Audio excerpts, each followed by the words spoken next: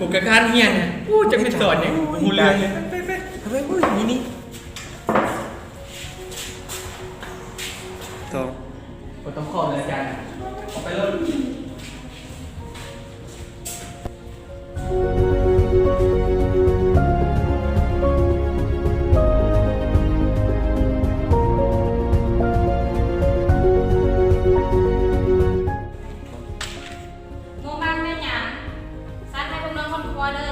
2-3 นาทีแล้วให้ลูกตอบอาจารย์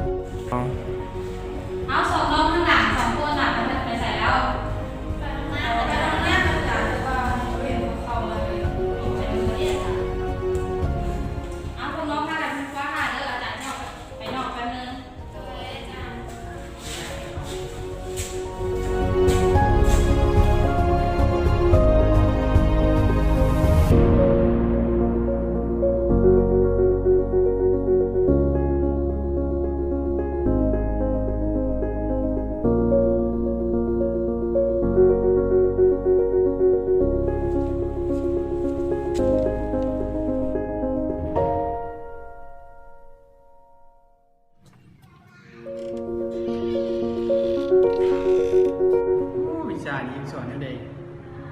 ผมมูเรื่องเลยกูนะโอ้ก็ว่าเลยอาจารย์คือจะสอนอย่างงูเลยโอ้ได้แต่ยากกับที่ยากจะไม่ ยั ยาง ก จะสิได้หรือเปล่ายังไปเข้าใจ กระดาษยังมาถึงจ้ะตอนยังมาสอนเฮาก่อนนะโยมไอ้เสียงเงียบจับขีดกระดาษถึงก่อนนะเนี่ยเอาจังไดพวกน้องวันนี้มีเฮียนไหนพวกน้องก็ขึ้นเฮียน คุณน้องกับห้องน้ำมาจากไปกินข้าวก็เลยมาซื้อขนมมากินก่อนเหมือนกันไปขึ้นห้องก่อนโดยนะ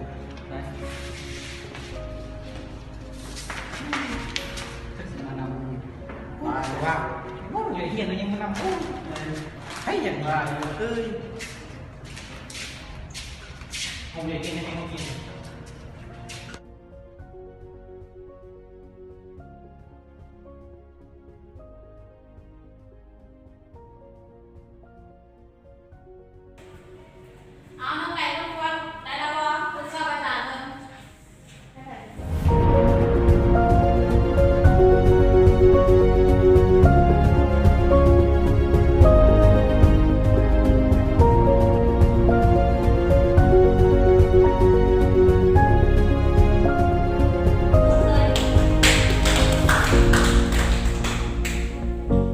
หลังจากนั้นค่อยก็ได้อธิบายบทเรียน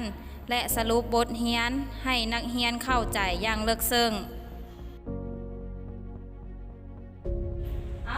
สมมุติเดียวตรงนี้ก่อนเนาะให้พระปู่กับพระซิปไปหาอาจารย์เลยที่ห้องการหลังเลิกเรียน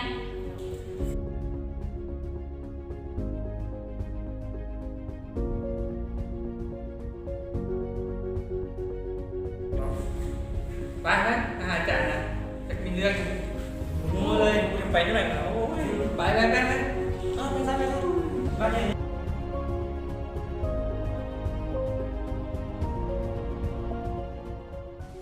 ฮู้บ่ว่ามื้อนี้อาจารย์เอิ้นพวกน้องมาเฮ็ดหยังมื้อเช้านี้พวกน้องตูนห้อง ตัวอาจารย์ว่าไปเข้าห้องน้ำที่แท้ไปนั่งลิ้นกินข้าวนมเสย อาจารย์ไปซอกอยู่ห้องน้ำก็บ่เห็นพวกน้อง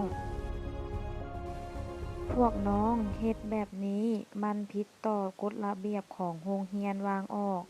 อาจารย์สามารถตัดคะแนนพวกน้องได้ แต่เทื่อนี้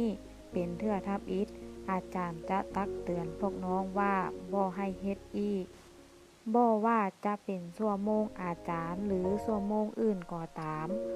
ก็บ่ควรเฮ็ดแบบนี้ เพราะว่ามันผิดต่อกฎระเบียบของโรงเรียนวางออก ต่อไปให้พยายามตั้งใจเรียน บ่ต้องพากันโตนห้องในเวลาเรียนอีก มีโอกาสเรียนก็ต้องตั้งใจเรียน